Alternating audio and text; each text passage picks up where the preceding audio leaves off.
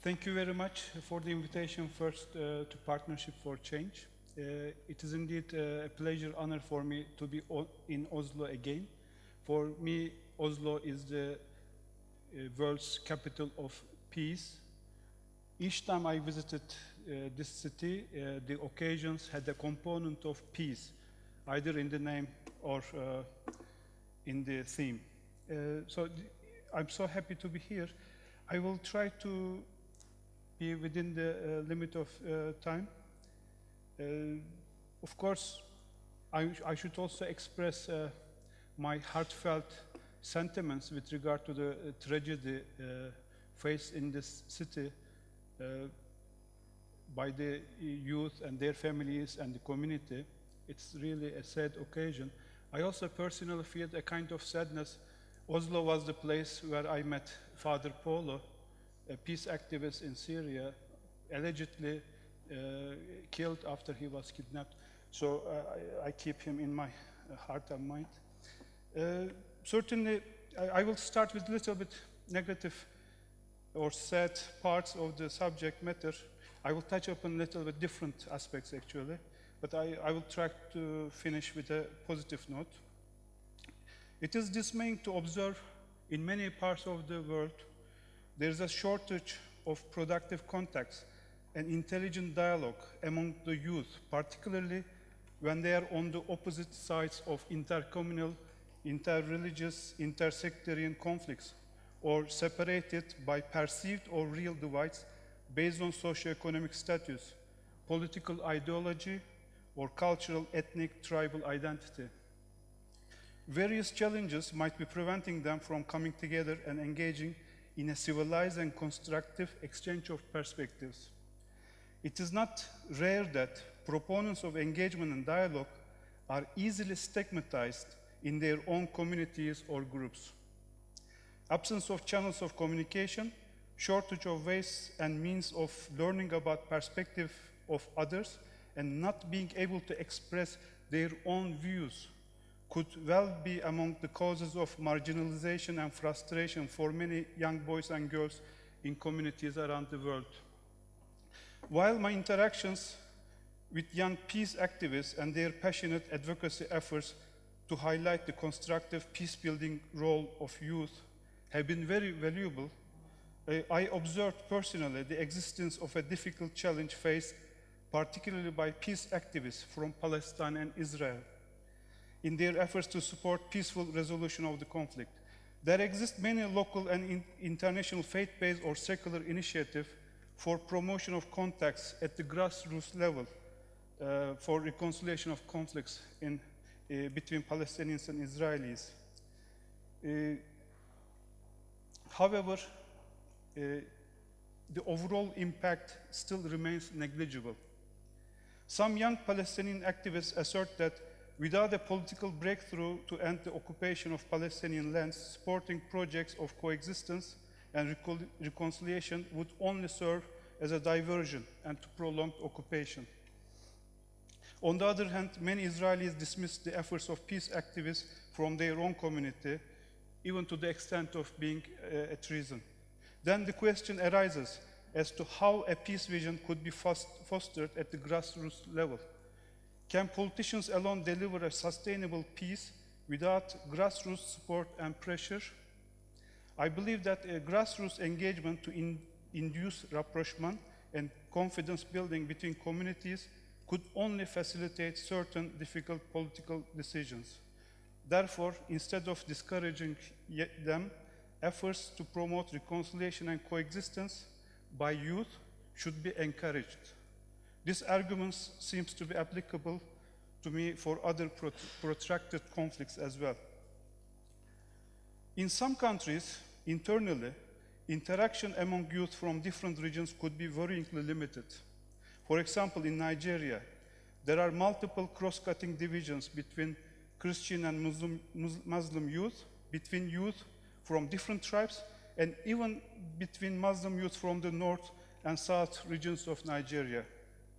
Furthermore, in my personal experience, joining missions to Myanmar and Central African Republic in the aftermath of eruption of violence in both countries allowed me to observe how easily and quickly traditional coexistential intercommunal life patterns could be shattered as a result of political power struggles and through the misuse of social media for incitement to hatred and violence. In many conflicts, youth could be exploited and mobilized for harmful objectives. Yet, this should not lead us to consider youth as a component that should be neutralized. On the contrary, in recent years, increasing emphasis is rightly being placed at the global level on the positive role of youth in peace building and stemming the rise of radicalization and violent extremism. Important initiatives and programs for youth are offered by the global peace-building community, including the organizations involved in the Network for Religious and Traditional Peacemakers. This network that I'm proud to be a core member of on behalf of the OIC General Secretariat is a partnership between OIC, Finchurch, and Religions for Peace. And I would like to actually share this perspective with you after this event, personally and privately as well. Initiatives like Youth Fellowship Program of the UN Alliance of Civilizations are very valuable for supporting interactions between youth, mainly from the Muslim majority and Western countries. Yet, we need to do more by encouraging cultural exchange and volunteering programs at the global level.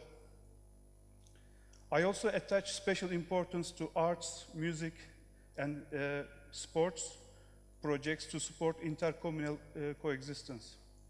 Let me also touch upon the importance of top-down global or regional interfaith dialogue initiatives which could support local peace-building efforts and benefit from the involvement of youth. Visible increase in the role of faith-based actors in both prevention but also in deterioration of conflicts, as well as various challenges within the realm of my professional interest, such as promotion of freedom of speech, freedom of religion, religious tolerance, and respect and interfaith dialogue, have shown me the need for creation of multiple axes of dialogue simultaneously.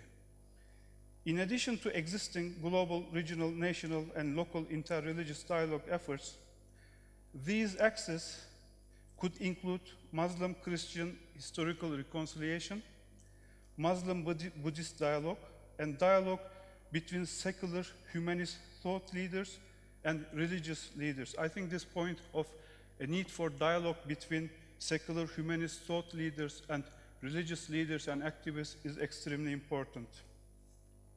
Youth should also hear more about positive examples of past and current coexistence.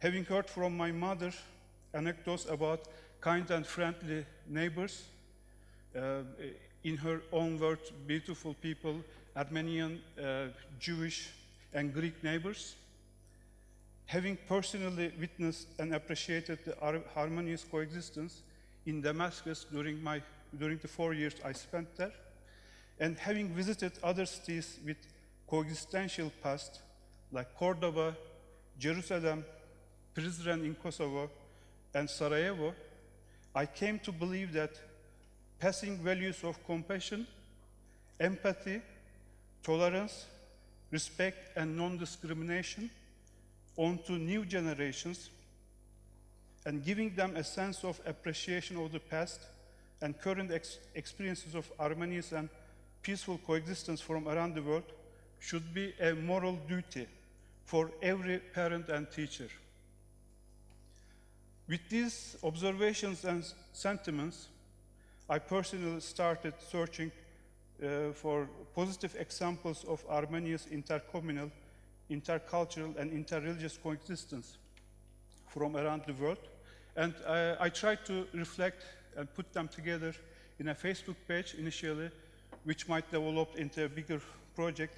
I would personally encourage you to check the Reconciliation and Coexistence Support Initiative if you are using Facebook. And with these words, I would like to finish my presentation and I would be very happy if we can have some time for exchanges. Thank you.